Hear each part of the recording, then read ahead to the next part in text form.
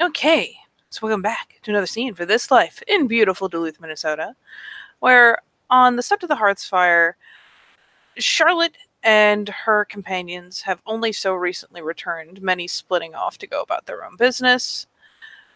And she, for her part, has almost immediately stalked off in the direction, roughly, of the Wormfoe's little campsite, though she is keeping a weather eye around in case he's elsewhere, and will, even as she's finally getting away from the conversations that she just tactically doesn't need to hear, pulling out her phone as a distraction and quickly thumbing over the text messages, asking Skyripper if he's at his camp. He replied, he'll say yes. And she replies with en route. Yeah, you eventually see him sitting there in the usual place. Yep, she comes kind of not the most frantic gait, but definitely a good brisk walk. You know, trying to get there with some purpose and some speed. Not sprinting, but definitely just hurrying along. She's got shit to do. And she'll come up with a polite nod. Find herself a place to plop.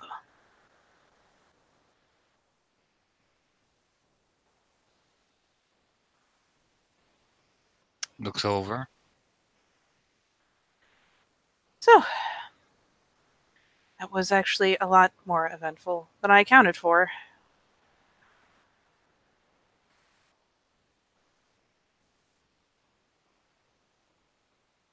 Is there any other reports you want me to go through first that are belated, or do you want me to leap straight into this? Well, give it to me.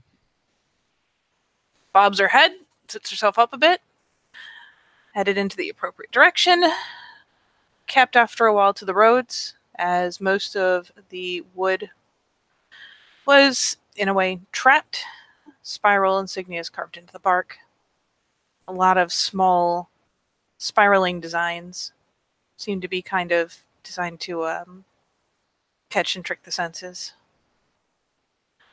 Not sure what else they do. We didn't experiment but so much. Alistair did walk into one of them as a bit of a mistake.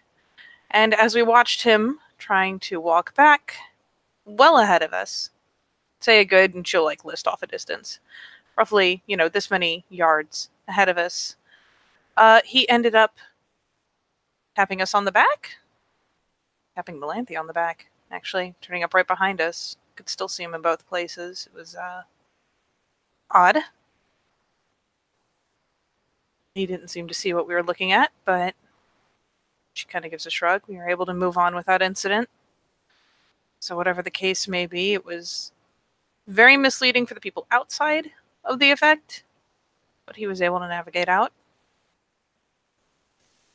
May have been designed to get more of us to go in to aid him. She kind of quirks her brow thoughtfully. But whatever the case, those, for the most part, don't seem to span the road out there, and there are a lot of them. They're very hard to avoid. Nods. And she'll even, just... I don't think I specifically said I took pictures of it, so she'll just kind of give a rough, draw in the air idea. Because who knows, she doesn't necessarily want to actually draw that symbol anywhere. So, there was that. As we ventured closer, we saw more of the trees that we saw the first time.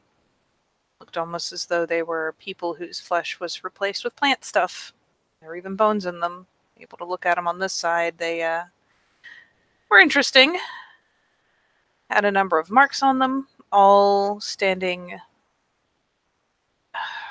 roughly something like hand to hand in a great broad spiraling circle. Very kind of a closed impression. Their backs to the outside. They had symbols carved on them, more of the same kind of stuff, but Alistair got very worked up, seeing a different kind of symbol. You know, stuff like she just picks up a fucking stick, and she didn't make note of that Ogham. She doesn't know Ogham. So she kind of just draws an example that's like kind of roughly the same idea, something similar.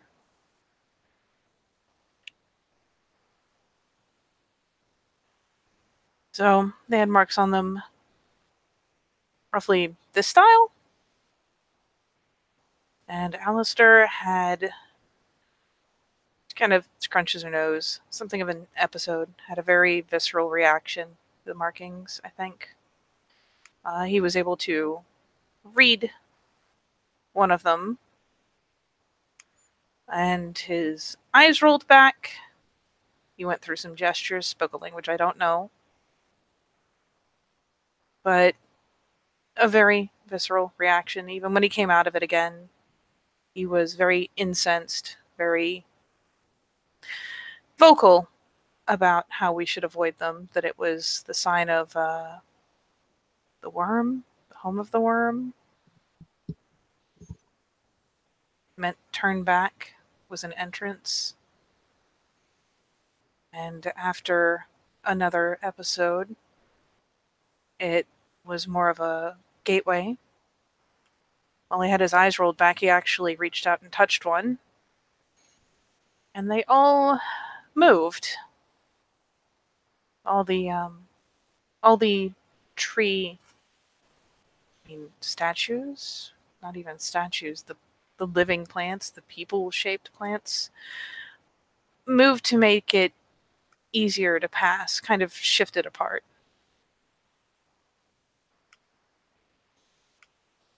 And while I was not especially eager, and Alistair was very much against going further in, it was required to pass them to get anywhere near the house.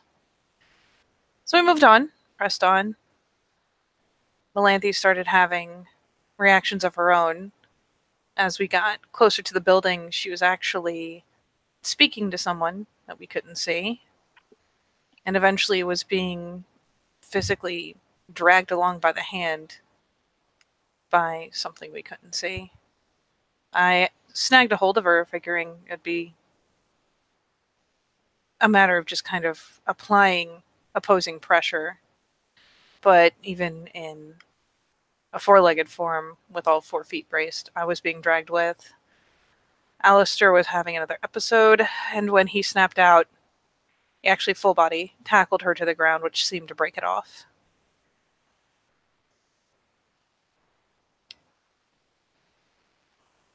So, once that effect was done with, we agreed not to enter the home, simply to walk around it, I was going to get pictures through the doors, through the windows, best I could. We agreed to stay very close together, moved up to the porch, and the moment my foot hit the step, even though all 3 were well within easy reach,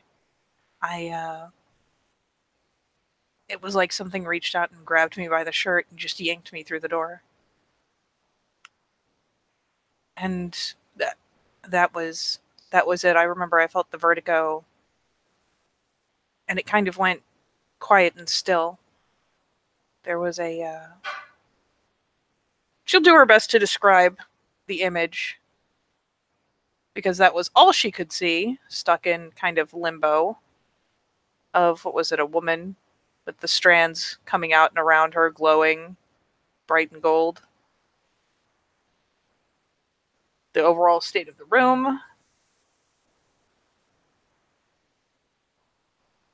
And by the time I was able to move again, Raya, the rest were in with me, and Melanthe was standing next to a blackened skeleton of a child, holding its hand. She said it was Cassandra.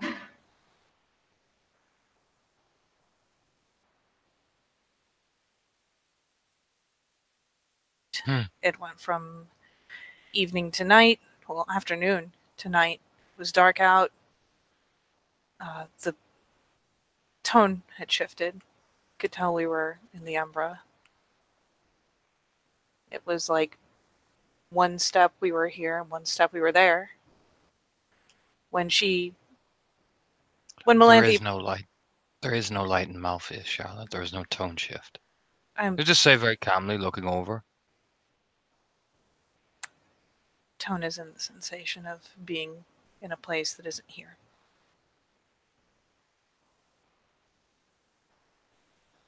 Hmm. But yes, we did turn up in Malpheus. The symbol was even painted on the wall in the room when we were all able to move again. You could see this big black maze, the labyrinth. The, the labyrinth, yes.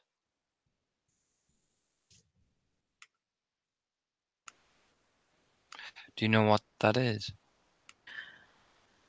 Not really, Raya. I know it is a According to the landmark. story, according to the stories, that is where they first came from. They The spirals. and those scrunches explains the end of the story. Like I said, that is where they were crawled out of thousands of years ago. Nose gives kind of a wrinkle.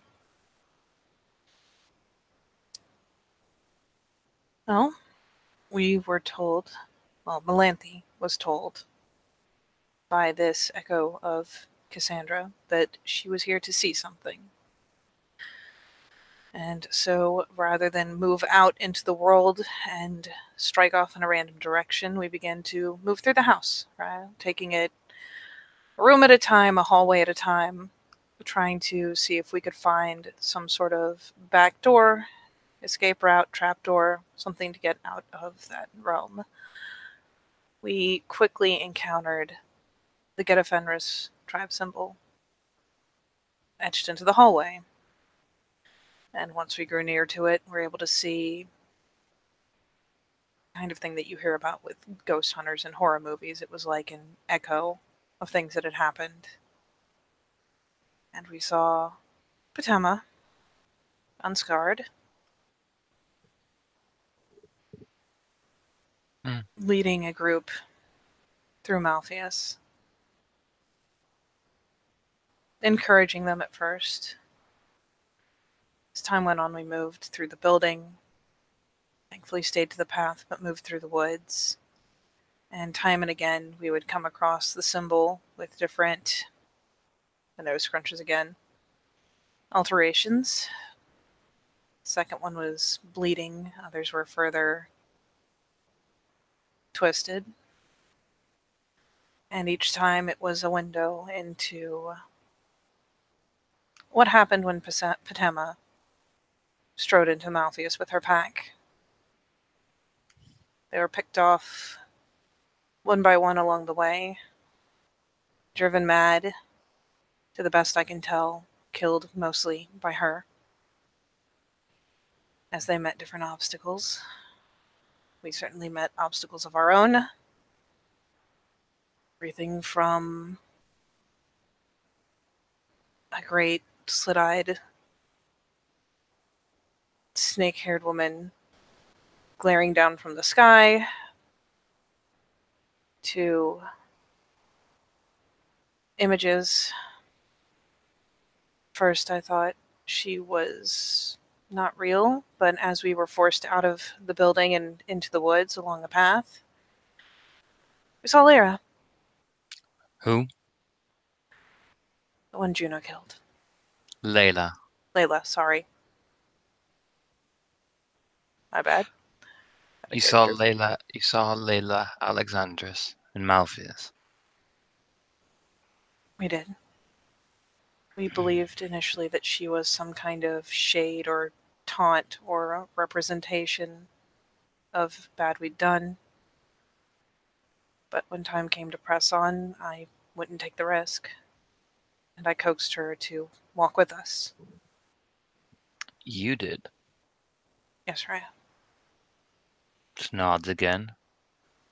The others didn't believe that it was truly her spirit. They believed that, like I said, it was a taunt. It's one of those things where we kept looking at it a little bit out of focus, hoping it would resolve into something else. But in the end, I did ask and plead and reason with her until she came with us. Hmm. And sparing some of the details, we saw a number of very unfortunate things, touched a number of unfortunate things. I found myself possessed with the need to be clean. Alistair felt himself possessed with the need to go unseen, which kind of gives a bit of a shudder. But we were able, thanks mostly to Ilana keeping her head very, very well seated on her shoulders and offering constant reminders that we were here to move and to get out, to continue. And after a number of trials, as we saw Patema shade again, she, partway through speaking to her fellows, to the last who, as far as we could tell, had actually been the first to die. It was fairly clear that she was being affected by Malpheus while she was there. She was speaking to him and then addressed us, each in turn, disconnected from that routine history. Uh, Looked at us, addressed us, knew our names. And we spoke to her briefly first, trying to comprehend what she was doing and if it would help us get out, trying to understand why she would drive herself into Malpheus. After all, we were there to see and understand. So we pressed on, following after Tema, who went ahead of us, showing the route she'd walked, whether it is what she meant to do or simply what she was driven to do. And with time, we came to a field where the faces of all those we had loved and lost were writhing in torment, burning off the path. The more that you cared for them, the further from the path they were, the further just out of reach. And we spotted her off the path, stretching out to what I assume was a representation of the husband she lost. Just gives an eyebrow raise. She just kind of shakes her head. She I, c- was. I can tell you're not a Galliard, Charlotte, or a storyteller by trade. You've left out several details which would entice most people. What did she say to you? She spoke of the losses that she'd suffered, how Ajax, in a frenzy, had killed her husband, Holds how up Ajax who? Trimbusan, right? Clarify before you start using names on first names basis. If you're trying to give a report. Apologies, Raya. Ajax Trimminson. Yes, Raya. Nod. Over a frenzy. It would seem that Ajax Trimbenson and his pack came to her home looking to press their initiatives upon her and her bloodline and her extended people and family. So do you believe it? I don't know. Then you're damning Lena as well. I'm only She was reporting what I was she told and shown. But I'm not asking you what you're reporting, I'm asking you to believe her. That is what I'm asking you. Knows the difference. I believe that it is what she believes happened. Raya. I'm not asking what Patema believes. Again, Charlotte, I'm asking what you believe.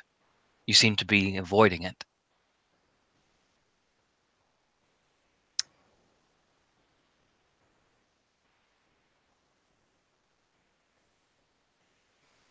I don't know that the conditions were as she made them out to be, Raya, but I do know that whatever reason Ajax Trimbuson had to come to her home, he did come to her home. Whatever was said sparked a frenzy, and there was the tragic loss of her mate in the process. A The very rest a very is. politically astute answer, Charlotte. But we're not talking about politics in shady rooms where people can hear. Speak your mind. I have no desire to form my opinion based around the emotionally charged memories of someone who fell to the worm. Right? True, but in order to understand things that have happened and things that are happening, we must know every source. That is the goal of what we do. Now, we of course take these sources with what they are, but people just don't dance to the spiral for no reason. No, they don't.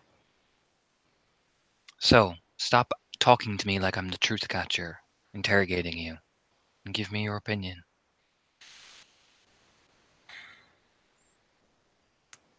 I am not one of your glasswalkers, however much you like to think I am. She picks up one of his mugs and takes a sip. I don't do the hoity-toity suit things. He smirks as he takes a drink. He pulls out just the tiniest edge of, you know, corner of one of the corners of her mouth goes up just a tick. Raya, I earnestly believe that this is what she believed happened, but I can't possibly make a fair judgment call on how much of it was true. Whether he was right to come and ask what he asked, whether he was wrong, whether she initiated something that sent him into his frenzy, whether he was simply overcome with rage over being denied. I don't know. The tale I heard was that their families had been feuding for a while. An insult was put forward that Ajax, at the time, felt was grave enough to give a confrontation. Unfortunately, that confrontation ended in bloodshed. Then it was there. Ajax was spurred into a frenzy. I'm told he tried to reconcile what happened, but the family did not want it, especially her wife. Whose wife? The dead kinfolks. Hmm. Imagine not. She seemed completely obsessed with the loss. Considering some of the other stories I've heard, I can't imagine why. Folks would glance over. I've heard stories, but I'm not a get offenderess. I don't know the full truth. She didn't show the exact nature of the confrontation. She spoke very passionately about how he came to her door, how after an argument, as he tried to, I suppose, have them bend the knee to his will on whatever he was trying to accomplish. They came to a fight, and I was told that the kinfolk tried to step in, which explains the Nods. loss. Nods.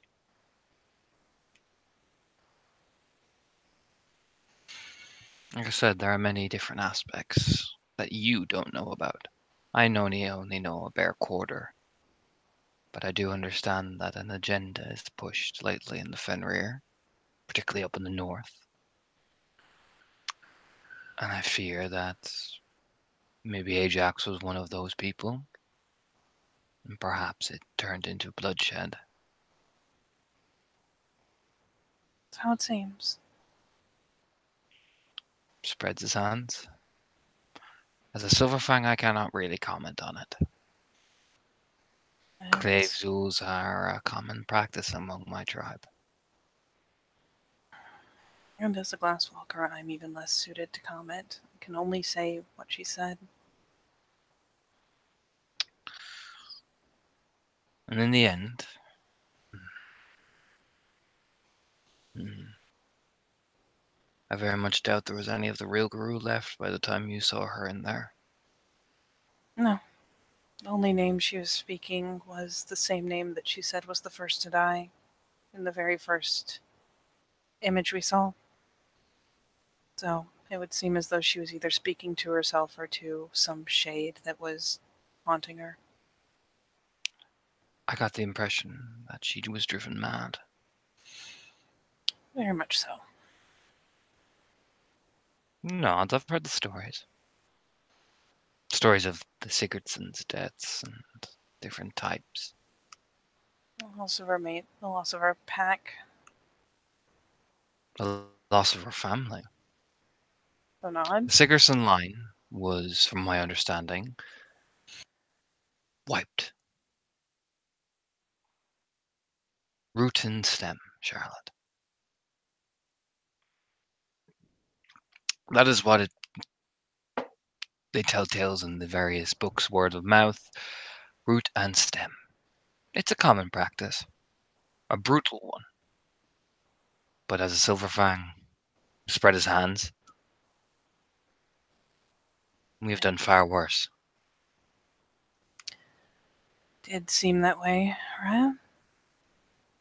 As I, well, as we passed into this field and tried to continue down the path, I was almost immediately distracted by Layla being pulled into those who were burning. We were walking hand in hand, but I was at one end of the chain and had an arm free to pull her out. It took considerable effort, but once I was able to do so, I kept her very close. And it was Alistair, actually, who acted on what was my initial impulse and called out to Patema as she was striding in there, reaching for someone she couldn't reach. And he called her out, told her to come back and walk in the light. Hmm. She finally just kind of lifts her eyebrows in disbelief. And it worked. Fiona can convince people to do many a thing. It was amazing. He spoke to her. He called out to her as someone who he was so passionate about it. He yelled out, he held out his hand. And finally, There's a small smirk on Skyriper's face as he's watching you. she finally reached out and took it. She gives her a pat. For someone who claims to have grown up around Fiona, don't really know how they act, do they?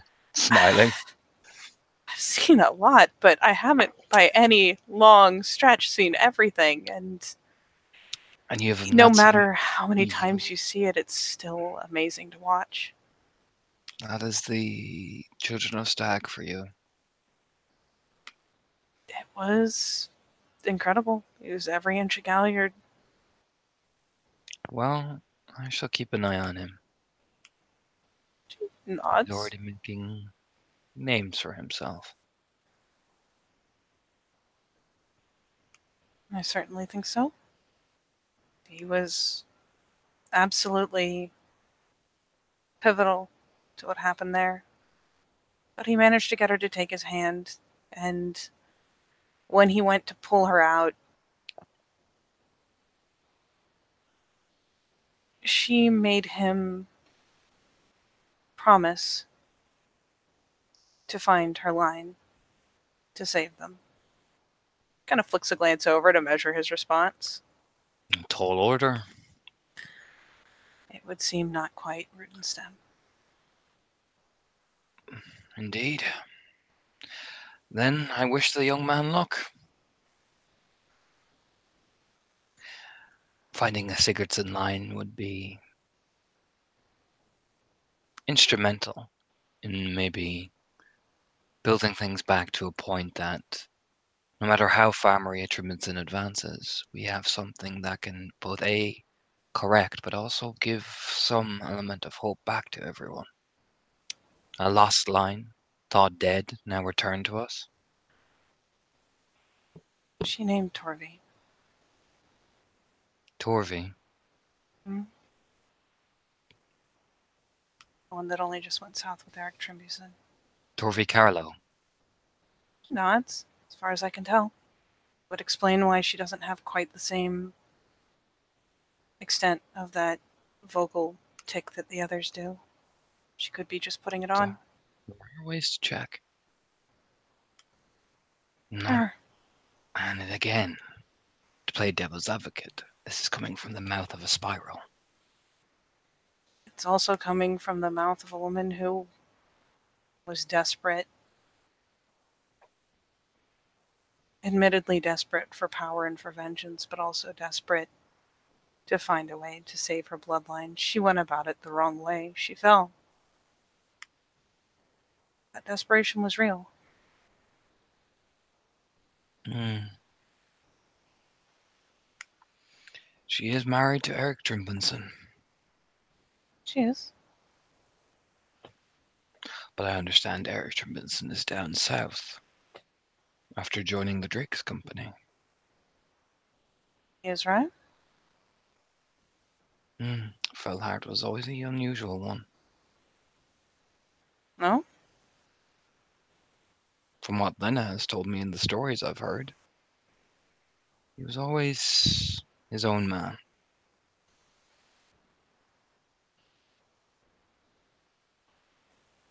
I wouldn't disagree.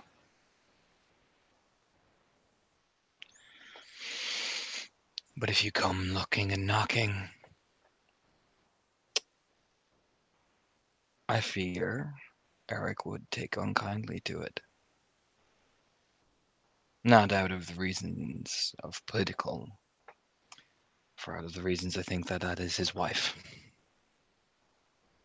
I would understand, And considering some of the talks I've had with him. that I fear he would not want her used as a scapegoat. No, imagine not. But it's the first step. Even just talking to her, having a chance to find out if there are any others. Are you doing this or he? You know, he made the vow, and I will shove him up that ladder with every fucking But he bit I've made the got. but he made the vow, He did. not you. You cannot do this for him, because then you would impeach his honor, because he's meant to do it himself. You No, pushing, you can assist him, but doing it for him, that is a bigger insult to him and to the task. I understand. Remember that. Even if he is a Cleith, he made the vow. And should he fail, then you may take up the mantle. But he made the vow.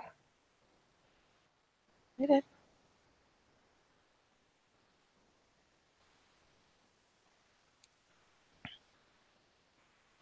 Just feel as though it was very much the right thing to do. I'll give It him all the is. help he'll accept.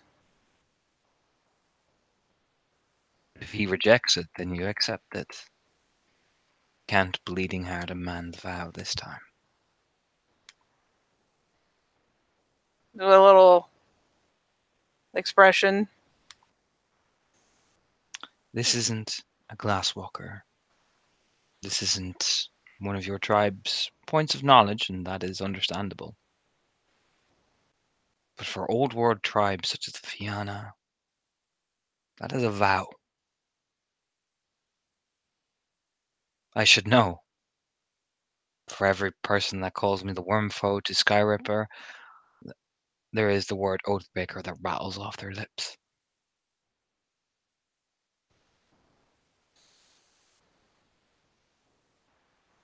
I understand that oaths are no joking matter. I know you do, but you've not seen what they come with yet.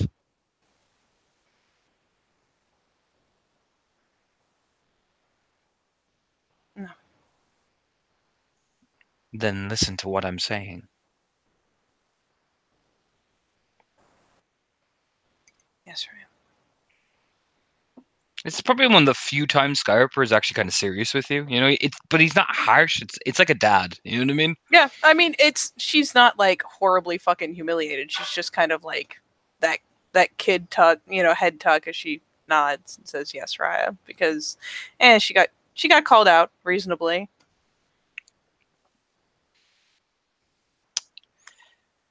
Have MacDuncan when he is ready, and when he has formed a somewhat of an idea, give him whatever assistance he asks of you. We will have a discussion and may go down to the south to see Torvi.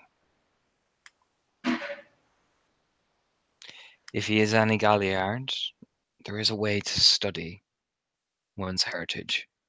That will be all the proof you need.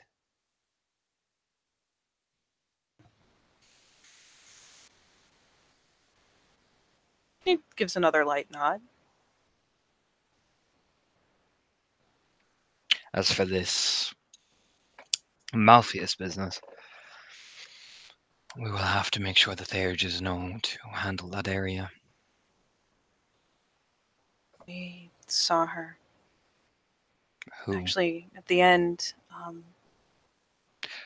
Names, Charlotte. He kind of actually, At for the first time, does get stern with you. Like, is he at just the the line end, forms? as we found the way out, there was a large creature chasing us, some massive manifestation, and as we all headed for the exit, Patema tore away from the group and made something of a characteristic last stand against the monster. She won. We lingered long enough to see it. She won, but she was horribly crippled, and a voice came from the labyrinth, which was just beyond our escape point. A voice, a pair of eyes, a big gray furred hand, and he reached out and beckoned her in. Grey pair of eyes. What do the eyes look like? She will do her level best to describe them. Suddenly, Scarper leans forward. Grey fur. I'm trying to remember because I know you used the term, but I can't remember if he said the hidden. Like I could have sworn he said something like, come to the hidden or something like that. No, But he didn't say that. Nope. Nope. okay, then yeah, she won't use that, but she does her level best to describe even like if she could see any markings on the extended arm that might help determine breed or Nope. Nope. no, It was just just gray. gray fur. Yeah, flat gray fur, and she describes the eyes glaring out, and she will do her best too to describe the voice.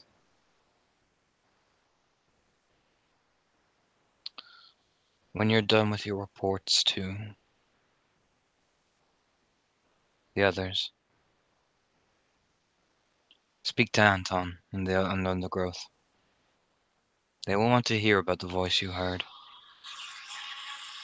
Of course, I believe they have something of. Hmm. He just nods to himself.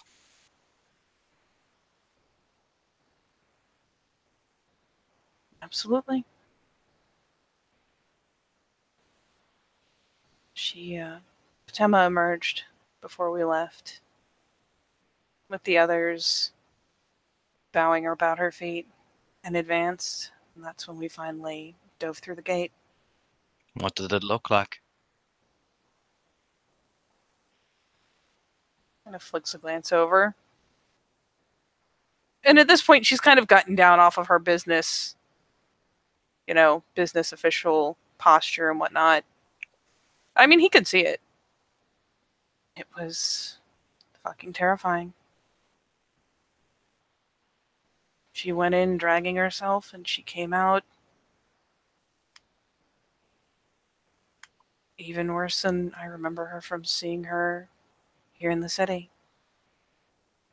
Just swelled up with it, you know? Came at us with her arms held out.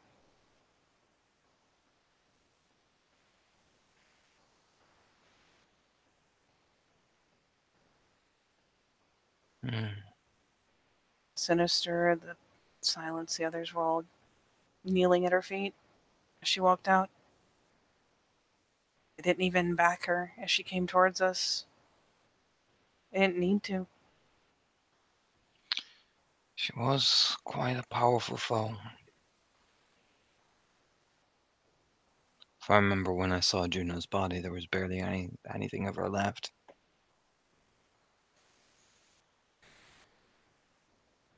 It was absolutely massive.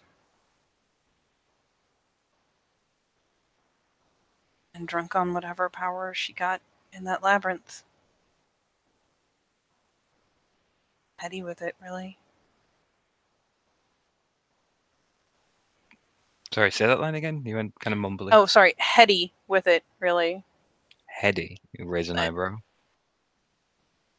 you could tell she was kind of drunk on it, filled to the brim with it. She felt even bigger than she looked, and she's never been small.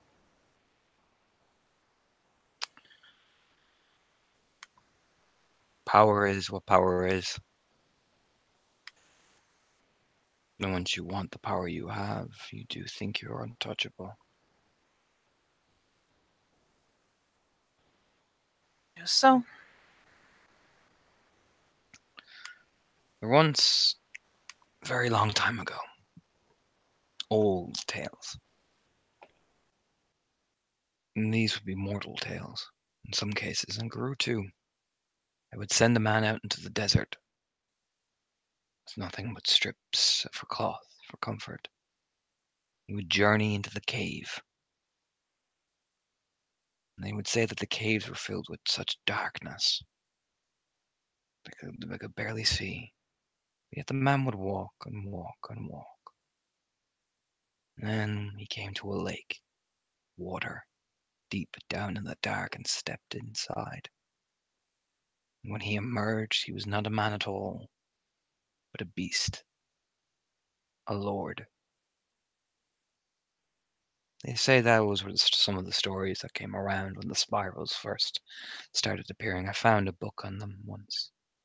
Leif Erikson was kind enough to help me translate it. Power, Charlotte. The power over death, the power to be death. And your own self need for power. It's a terrifying thing. no matter how justified the excuse is to go seeking power, doing it that way, just shakes her head. You could all say we're guilty of it in a way. There's a right way and a wrong way. Oh, look over leaning back, is there? It's a vague smirk as she glances over. What we're doing, technically, some of us, the way we act, we have spat in the face of thousands of years of tradition. Thousands of years. Are you more qualified to say you're more right than them or I? No. We do it we do what we want to do because we have the power to do it. But that does not mean it always will be right or wrong. There's no right or wrong way. Also, There the is difference is doing it truly. I can't say out of good intentions. The path to hell is paved with good intentions. But don't we do what we do because we know it's right? we do what we do because we believe in something. and our own beliefs help us guide that path. We believe that we can bring hope to people, and that belief is what gives us strength. Now, on the opposite end, Fatima believed she could become all powerful. Belief is your own, you, not some organized agenda, not some the right way or the wrong way. It's what's in there. Points in her chest. What you hold. That's where the belief comes from.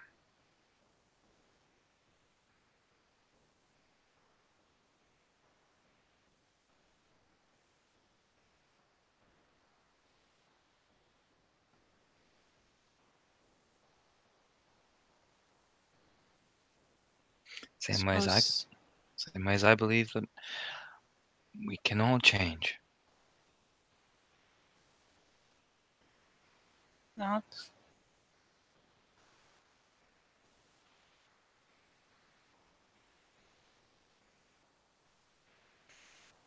Don't look so heartbroken, Charlotte.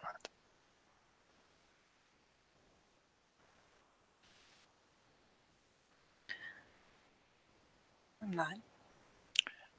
And don't look like you put leans forward and don't dishearten yourself. It doesn't make you like them. Well, I don't believe any less. It's just hard to see the arguments that could be thrown at your feet. Hmm? It's she kind of waves a hand a little bit. It's like when I go to Neary or anyone really, and I ask to hear the worst that can be said, because knowing the worst that can be said means that it can't shock you and it can't shake you. So in that way, hearing the comparison is kind of like hearing the worst that can be said.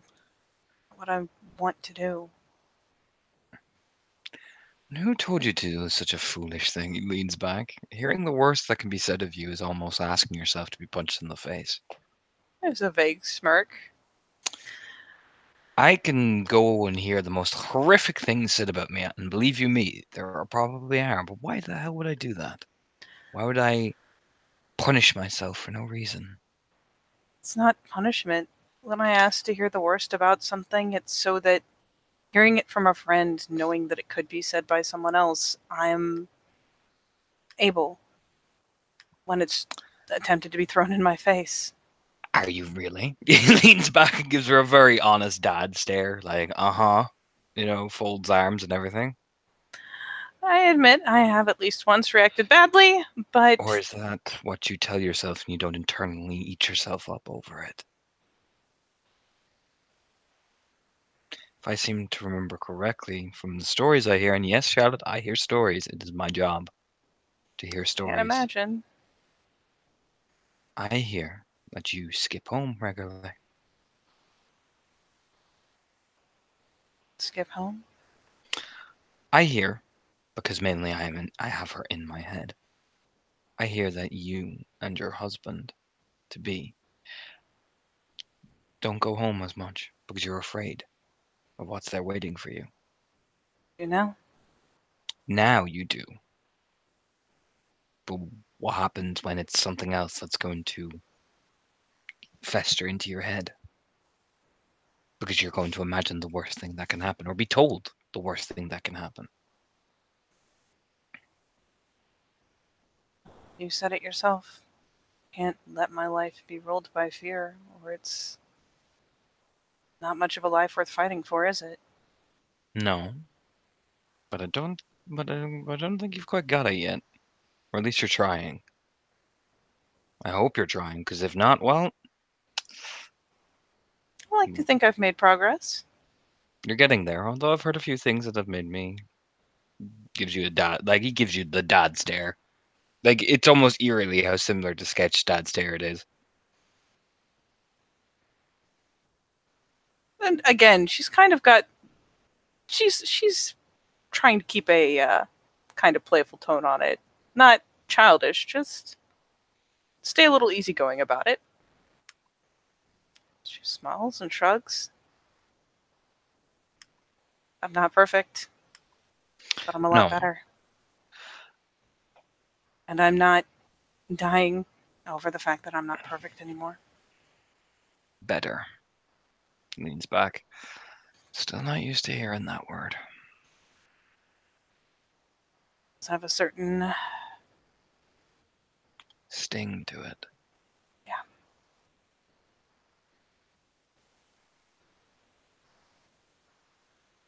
You know, when we got out, kind of looks a glance over. Turned out I was right. Layla Glass, was in there. She was there when we glasswalker came out the saving other side. a glasswalker saving a black fury. I imagine the tale of that's going to be very interesting. Smirking. Interesting's a good word. Well, I'll have to talk to the tale singer.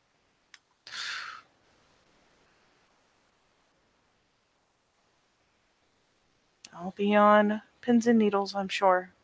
But it, I don't care if it's me as a glasswalker or whatever have you. In the end, I pulled her out, and she went home.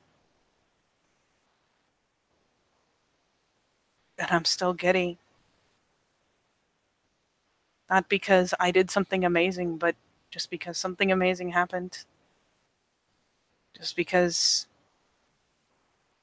once a good deed went unpunished. Well, I'm glad for you.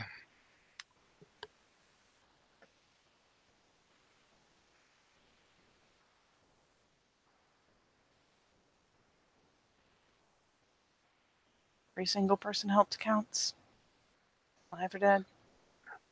We just nod.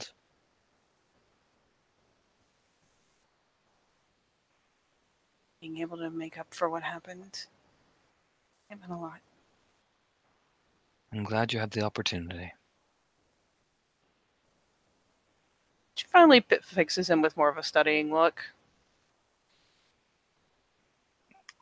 Nope.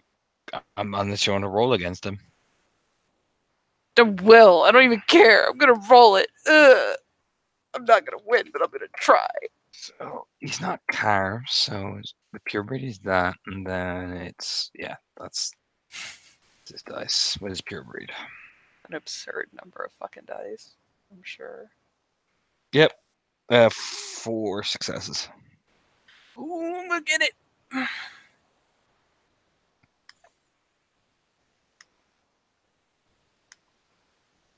And I don't think either of her fucking things is gonna apply, technically. No. Poop sticks. Roll it, Katie. Rolling it. Oh, fuck. Looks calm, composed.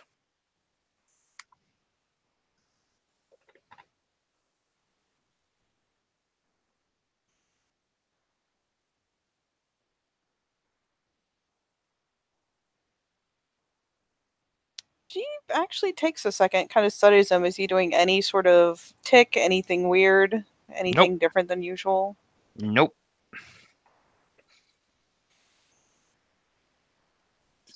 Eerily calm.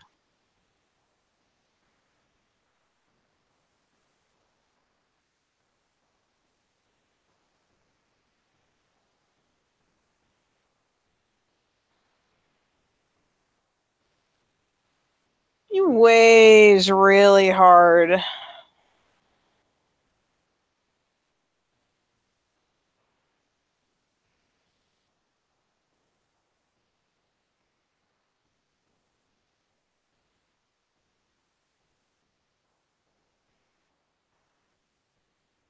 I suppose it's a rare opportunity.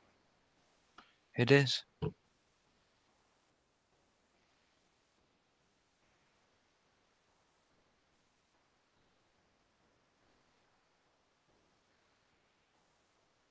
Away that much one small thing was set right. We all came back. So there's that. There is that.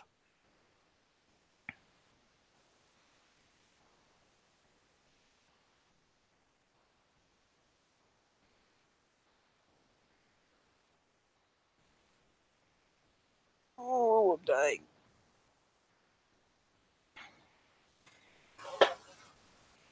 Let me do something. I need to roll something. I will roll this.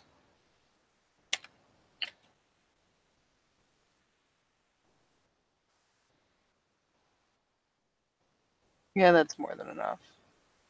To not comment tactically. Huh? What are you doing? I rolled intelligence empathy essentially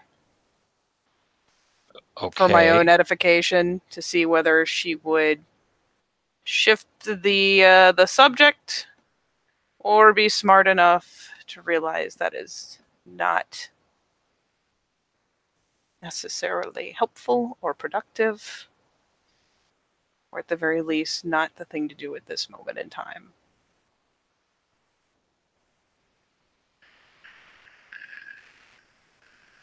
Yes, she considered it.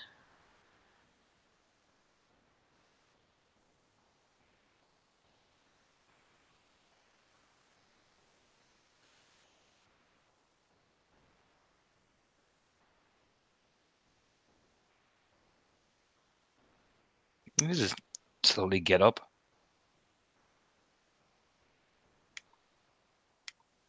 Would you like me to bring word of that place to Master the Right? If you wish. Seems prudent. It's one less thing for you to have to worry about. Shrugs.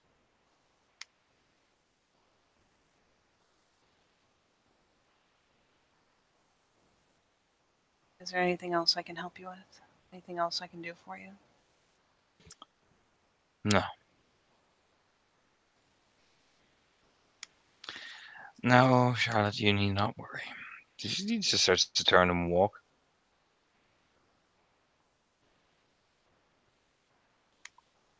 Just because I don't need to doesn't mean I won't. Look over his shoulder. It's nothing that you can help with, or unfortunately, nothing you would understand.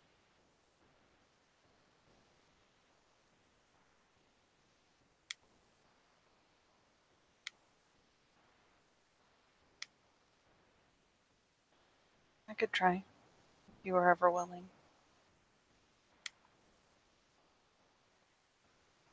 Hmm.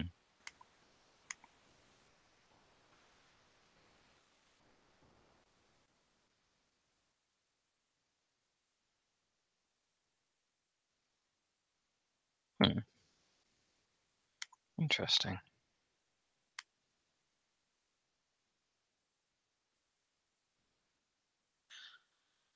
I am an oathbreaker, Charlotte.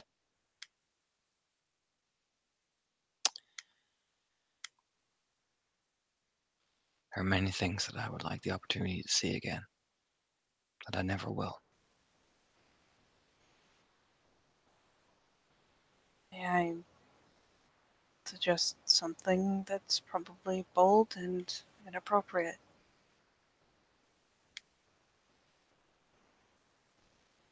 What?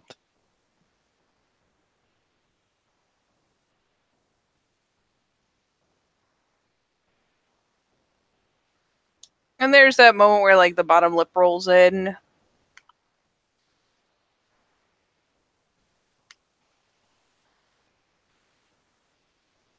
Have you made the attempt, Rhea, to speak to her again? I've heard it can be done. Ooh. Oh man, she is looking down. Okay, no, he's fine. But she sees that he's taking a rage.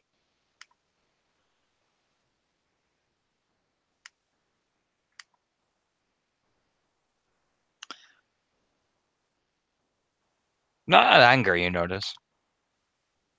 Not out of anger. Because you can take rage from multiple levels of things, Katie. Oh, yeah. Any intense enough emotion is enough.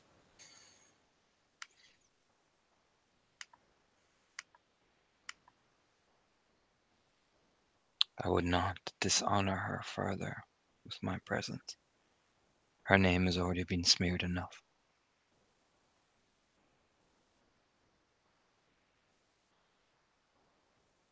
She has already been regarded enough. It's a soft nod. There is no songs sung of her.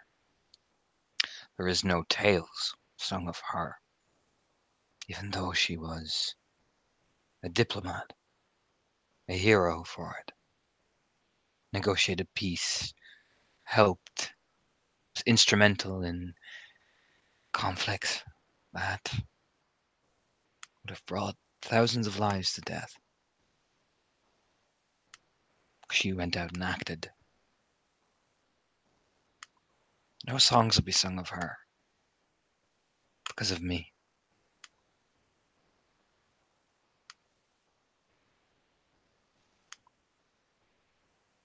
That is what I took from her.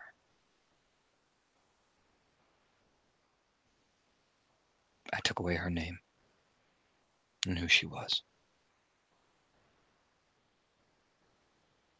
So why would I ever talk to her?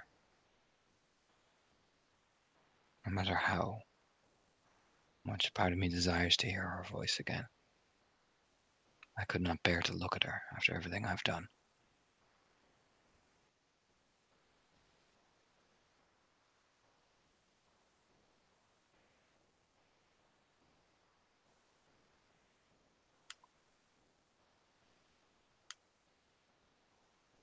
Sorry. For what?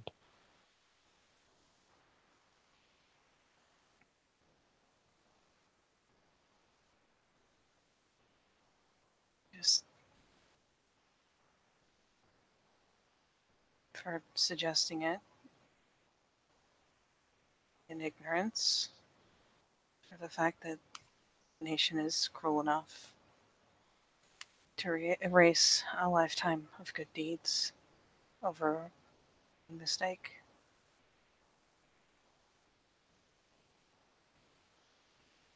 Love is a big mistake in the end.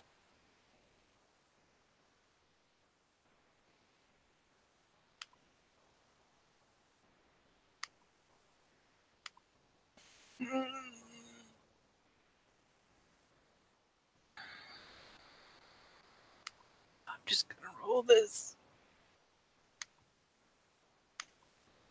What you rolling? Roll willpower. It was What a you roll pretty good willpower roll. for? Did What you not roll willpower? say something that could be What you roll potentially. willpower for? What you roll Uh, willpower for? Huh? I, Huh? Huh? I'm just gonna not say the thing. Oh, well, I'm gonna peony you, so. Ha ha ha ha ha Oh, ha. Tell me about your mother. I mean, yeah, there's an urge to comment. There's also a certain amount of her being more subdued because she's already hurt him. And she just, I mean, it's not that it's something she wants to say in a heated kind of way. It's just something that she wants to stay and then reconsiders. Kind of like, man, look at that lake over there. I've never known you not to be honest about what you want to say.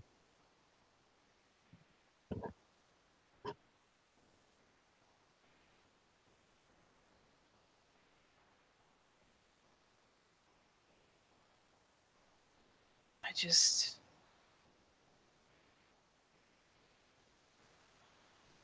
don't want to say anything else inappropriate. I've never known you to be a person to not say what they want to say.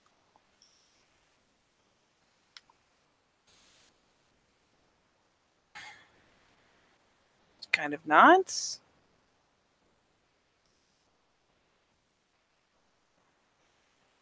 I don't feel like love was a mistake. Maybe the actions affiliated, but there's so much she did before that. Well, she loved you, and I can only imagine with the way you are now and how you can drive people and give them hope. That before that happened, you weren't doing the same for her and driving her to accomplish great things.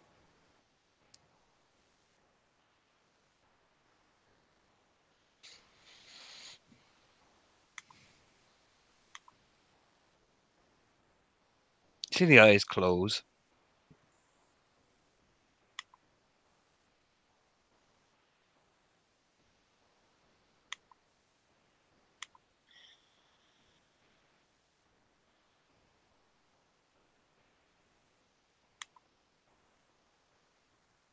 You look over.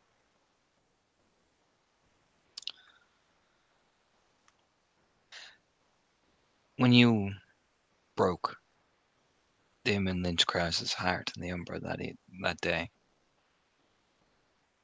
Oh, that intensely guilty look because people weren't supposed to know about that. he doesn't say this with any anger. No anger. That is one thing I want to emphasize. There's not anger in his voice. Oh, yeah, it's just to the best of her knowledge, when all that happened, the whole thing out in the clearing, nobody was technically aware of what exactly happened. So, Mm-hmm. yeah, it's that it's not I'm in intense trouble, it's just she still feels guilty about it.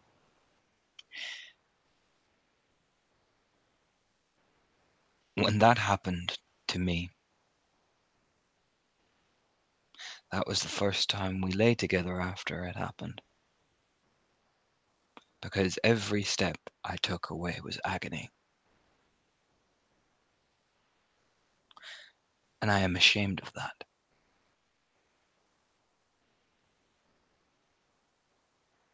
I am ashamed of that love that I held on to desperately. I am ashamed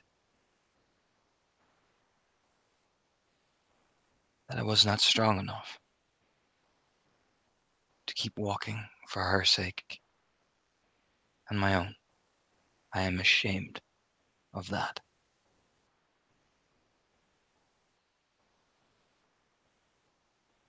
That I have to endure all of this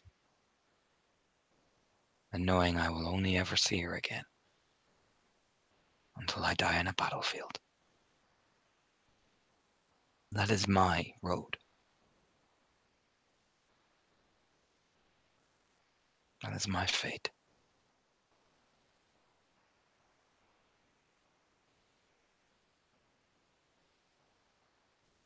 And I have accepted it. Does not mean I am still not ashamed of what I've done.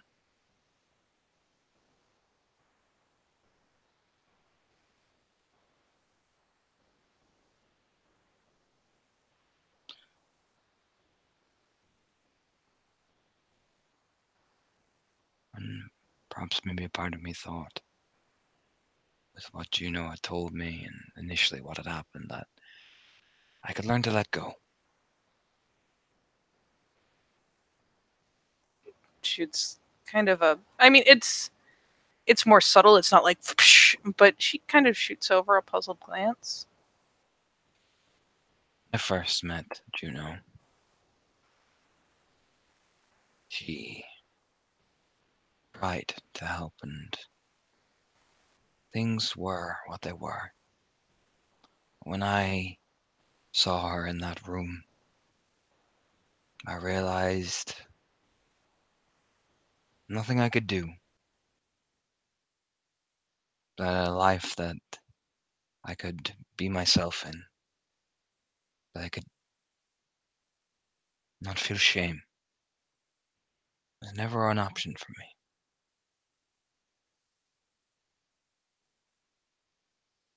And I will do my duty as a wormfoe, and I will lead this sept until someone can pick up the mantle when I'm gone.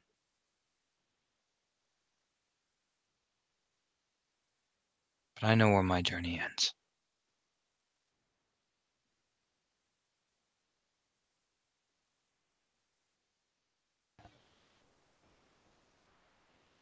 Until that day, I will always feel shame for who I am.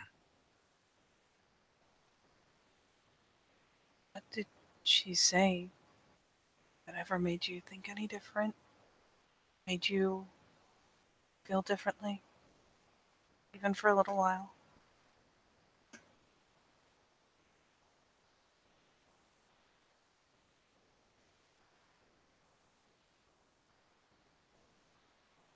She said the same thing that Diana said to me the first time it happened.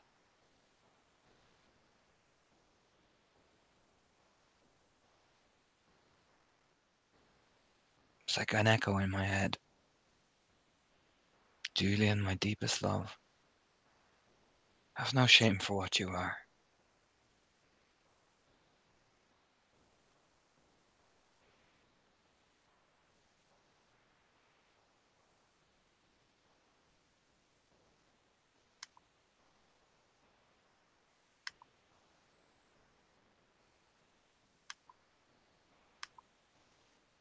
This is a small After nod. Juno said a similar line to me as I held my closest friend in my arms as she faded out of this world. To have no shame.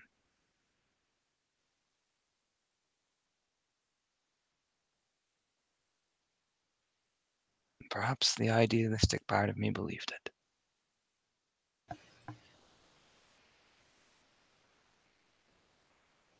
Is it so wrong to listen to the idealistic part of you?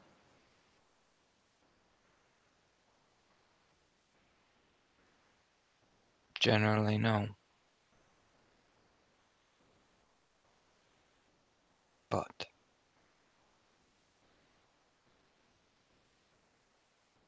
the only thing I have left, which keeps me from driving myself mad, is the fight I know I'll have to do. That is all I have.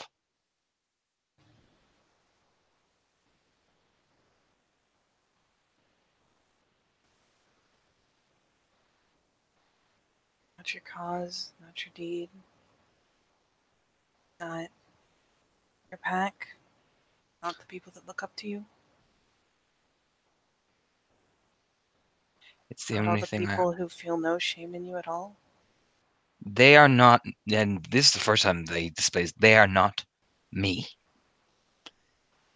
They have not done the deeds that I have done. They have not. He closes his eyes. I will do my duty for my people. I will do what is required to help.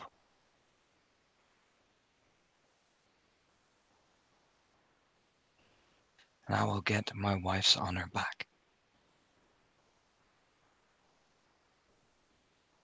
When that is done, I have one more fight left. Then I can pass through this world and finally not feel any shame for being in it.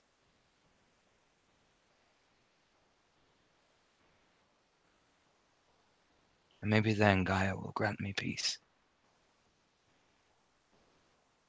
for the mistake I made a long time ago.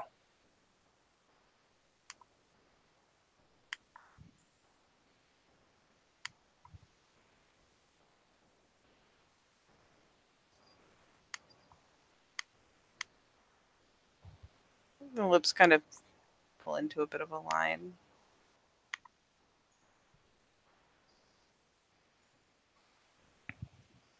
I wish you could see yourself the way I do.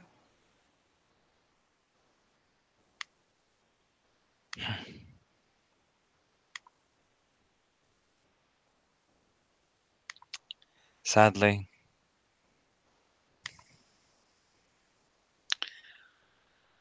that is a reality that will never happen.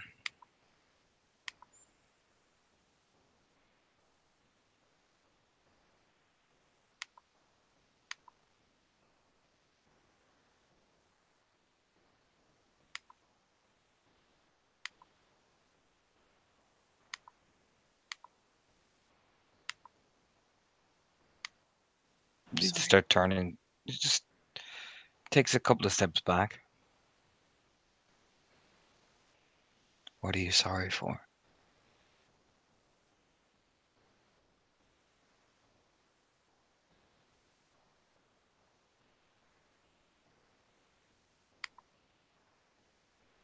And I don't have the kind of skills and the kind of words it would take to make you believe it and to make you see, even for a second, the way I see you. And how do you see me?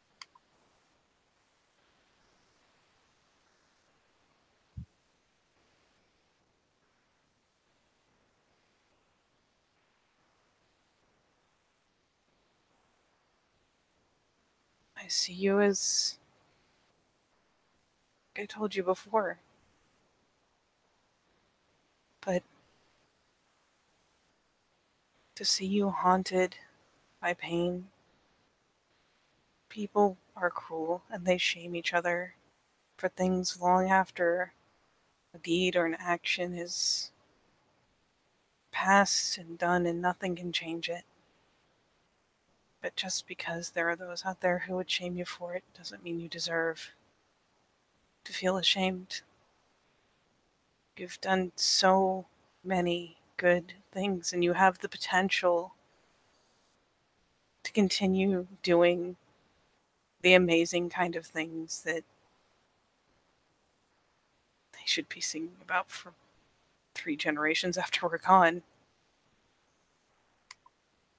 And it kills me to think that you earnestly believe you should feel the way you do. When, to me, you're the kind of person that I would pick when you're in grade school and someone says, do a report on someone that you idolize. Who would you most want to follow in the footsteps of? Who would you want to be like? Whose accomplishments do you admire?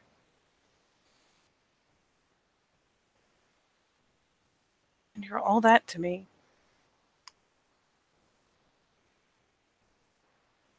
And yes, you made a mistake when you were young and you were in love. It's a mistake I could just as easily as made. It's a mistake others have made.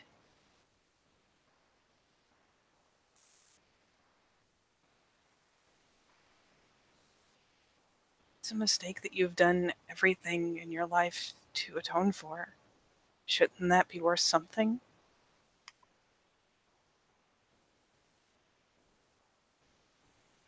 Sadly, not until my death. It's not right. When is anything in the nation being right that way?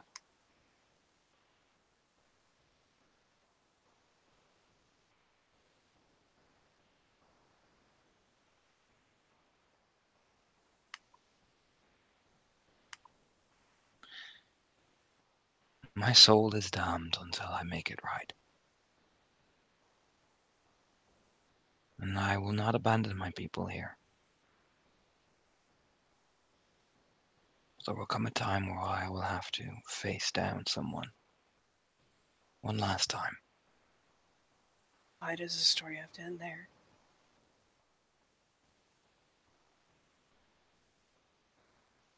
Why do you have to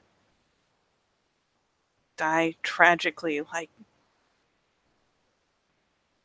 some horrible movie where the hero dies out in the field in the rain knowing they did the right thing the last breath?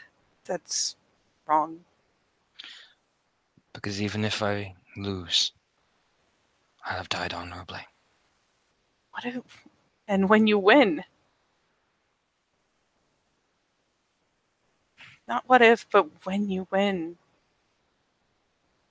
Your story always ends with that fight. You never talk about how knowing that she's redeemed and things have been made right, you can go on with no shame and accomplish even more amazing things. It just stops there every time.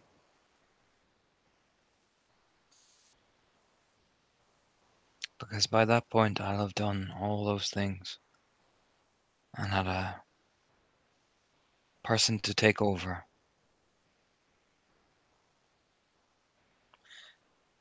people to carry on the torch.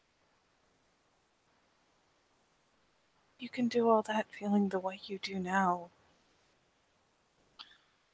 And then I Imagine how wouldn't. much more you could do when you truly believe. You're saying he actually gets angry then, like staring at you. I don't believe. I didn't finish my sentence.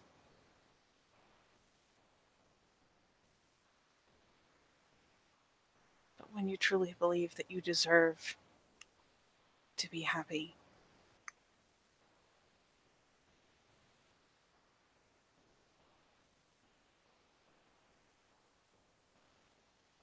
that you deserve all the good things that could follow,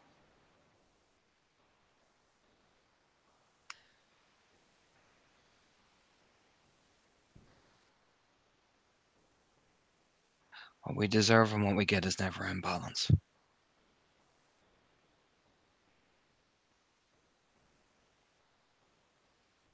no, it's not. And it ends when I face that man one last time.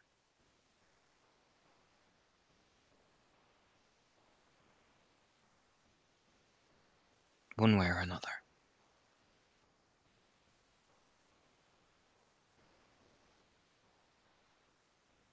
You want it to end there?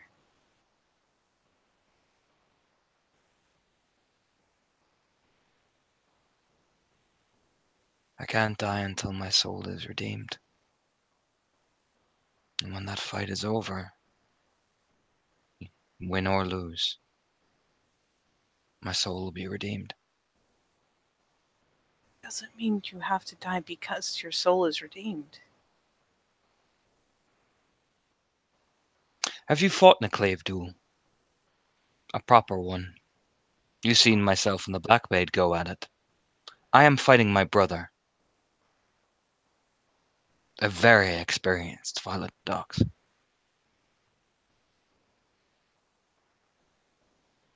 For the clave he plunged through her heart. And he told me, as I lay there broken, to bring Silver the next time we meet. I have not seen him since, but I know he's alive. So that when I face him down, I'll have honorably challenged and avenged her, honored her, and would have also taken my brother's life. Another guru. An honorable duel. And an honorable duel that no matter what the outcome is, I will die.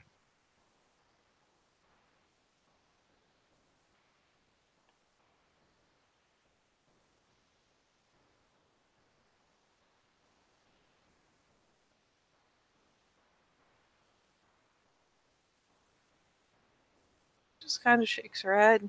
Like, not quite in disbelief, just kind of looking at the ground, just shakes her head. What, Charlotte?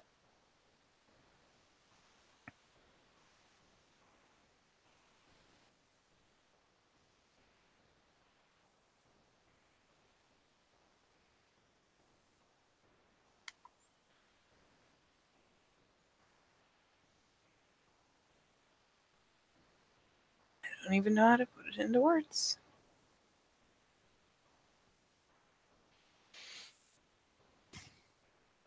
And what is that? That you're so willing to die, eager to die, do one thing, and then just sounds like practically shuffle yourself off this fucking mortal coil if that's what it takes. No, but I will be injured enough that I will not go and find where she is buried. I will get that answer out of him, and then I will sit there and let the wounds take their toll,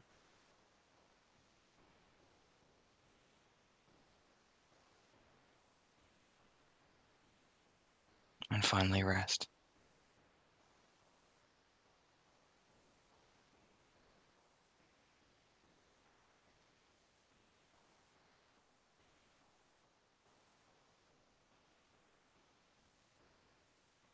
She finally just kind of, you know, sucks in that snuffling breath through her nose. And honestly, and this is immature as fuck, kind of. But the inability to accept his willingness to just lay down and die, even after a certain point, she just kind of turns and tries to, I don't know, disengage. Takes a couple steps. Tries to not look like she's rubbing at her face. Just, I mean, not the most successful thing. He doesn't try to stop her.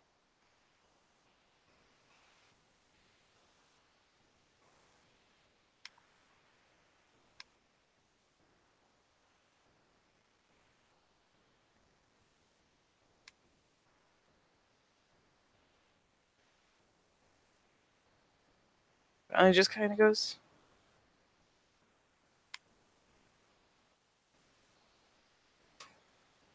I can't accept that.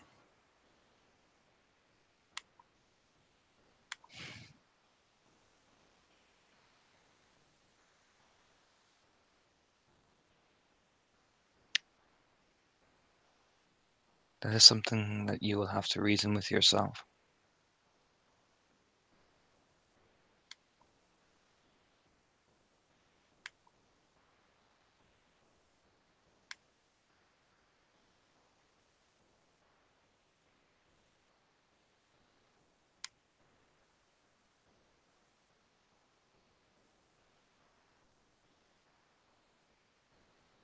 Why do you want it to end so much?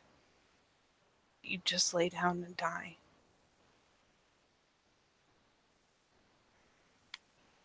When everything's finally right and you have everything you wanted, why would you just want to lay down and die?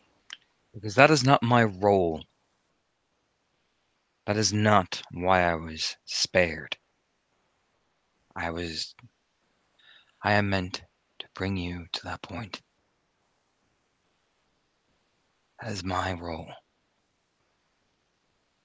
I am an oath breaker. You seem like damn shitty people to let them dictate your role. That is the role that Gaia gave me. I have the marks on my back. I They didn't are, put those there. but under her law, they did. I broke her first law. That's a law of the nation. You're a That's philodox. like You're a philodox. that's You like know, blaming the Bible on God when it was written by men. We made Char- the litany. Charlotte,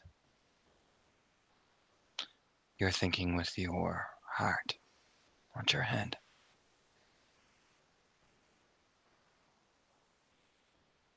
If you were supposed to die, why would you be given a chance at redemption? It doesn't just end with redemption.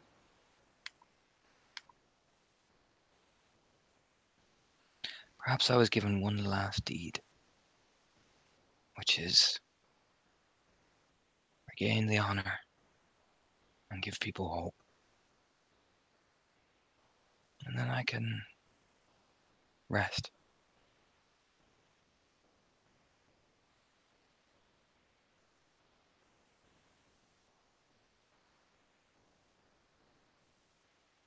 But I was never meant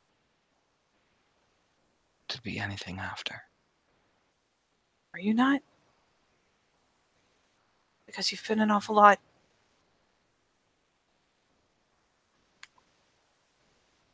Just because your family, just because people who need someone to spit on told you that's what you deserved and that's what you should live, that doesn't mean it's the way you should live or that it's what you deserve. I broke an oath. And you're paying for it.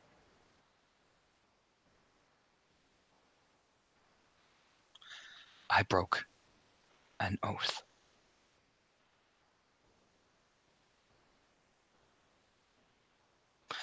I am responsible for destroying a family, disgracing a family. I am responsible for a guru's disgrace. That is my fault.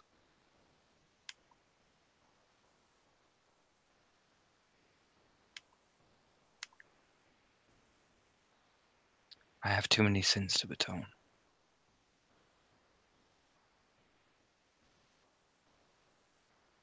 And one more sacrifice to make.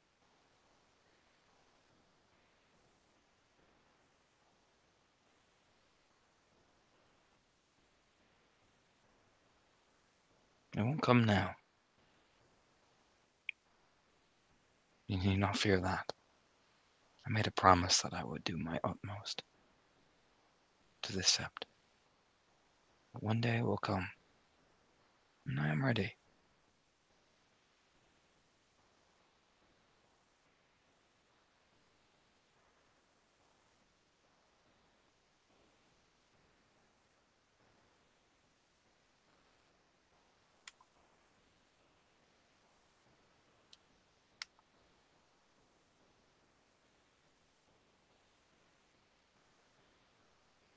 She shakes her head again. Charlotte wanted to say something. Maybe. I mean, she's getting emotional. She can lash out if she wants to. Because I imagine you've taken some rage because you're getting all heated, buddy. She's pretty fucking upset. Mm-hmm.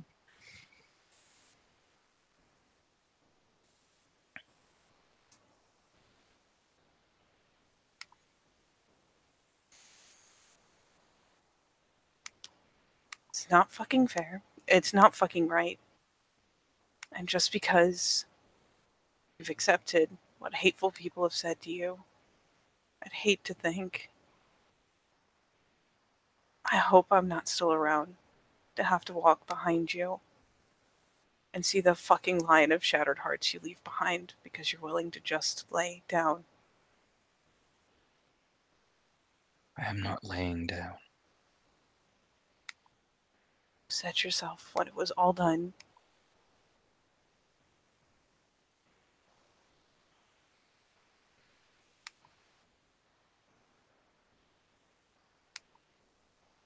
You would just go and lay down and be done.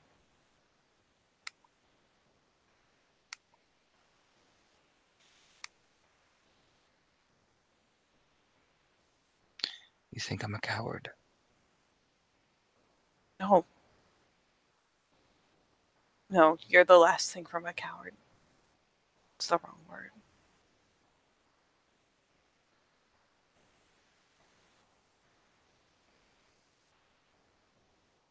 You've taught me so much about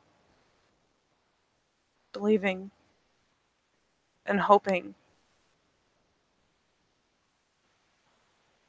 and knowing that you have no hope for anything better happening.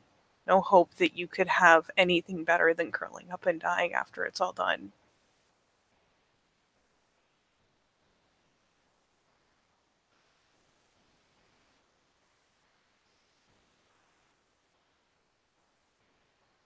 It hurts. I'm a bringer of hope. I give my gifts to you, but I keep none of them for myself.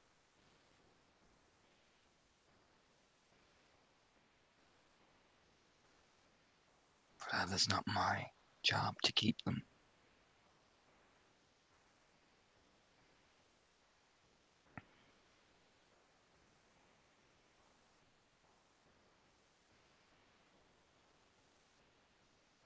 Really like sucks in a breath and kind of, you know, pulls herself up. I'll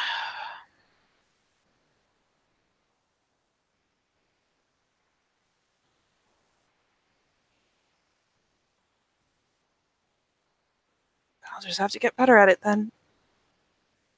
Better at what? Oh, that's it. It's done. I've got to be better at it where that time comes. Because Better at if you want what? to give yourself hope, I'll give you hope. Charlotte.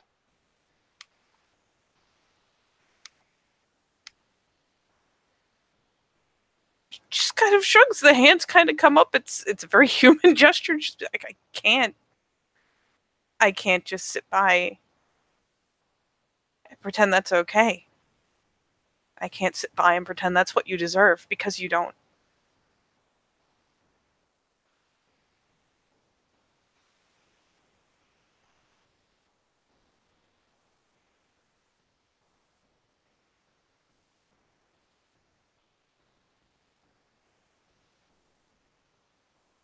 I look at you and there's practically some ridiculous anime fucking cinematic glow of admiration, and you have nothing for yourself.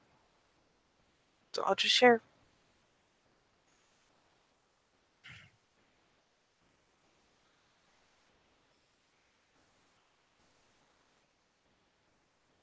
I can make you believe or feel even a fraction of all the good things that people see and feel about you. At the very least, I can thumb my nose at the other half who've convinced you that this is enough and that it's somehow just.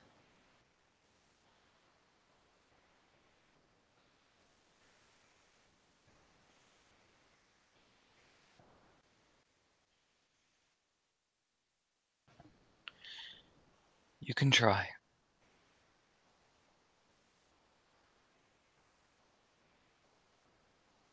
Oh well.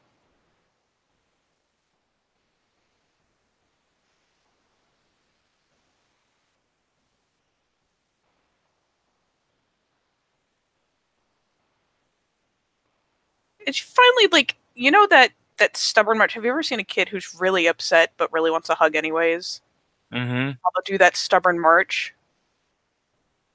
She pretty much does that. She turns around and just kind of stubborn marches over, and I mean, he could stop her, I suppose, but she just goes to like wrap his middle in a hug very briefly, kind of mush her face in and hug the shit out of him as if it will somehow magically convey why this whole thing could bring her to fucking tears. Like, osmosis. It'll be fine. She knows that's not how it works, but it's still the urge.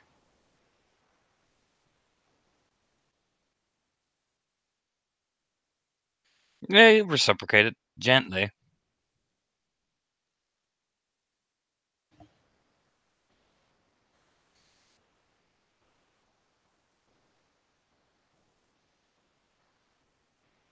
And yeah, it's not the longest hug. She just kind of clinches him up for a minute, as if the force of the hug will again, like somehow just convey the intensity to him. Finally loosens up and takes a minute to like kind of pull her hair out of her face and wipe her face again because she's not crying, you're crying.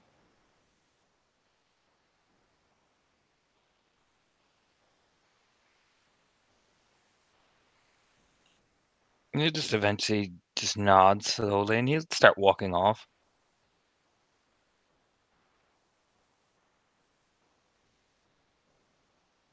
And for lack of knowing what else to do, just kind of nods a bit like, yeah, this is what I'm doing now. This is my fucking mission in life. Just, that little reaffirming nod. And like again, it's he rings too much of sketch sometimes. So it's that stubborn little just I'm gonna fucking do it. And there's not a thing in the world that's gonna fucking stop me. She goes to stomp off because she has to make more reports before she needs to splash her face or something because You're drawing it in the scene there, but uh yeah, do you want to just glaze over the others? yeah, it'll be the same report anyway. Yeah, Yeah, overall. very well. And I end it there. Poof.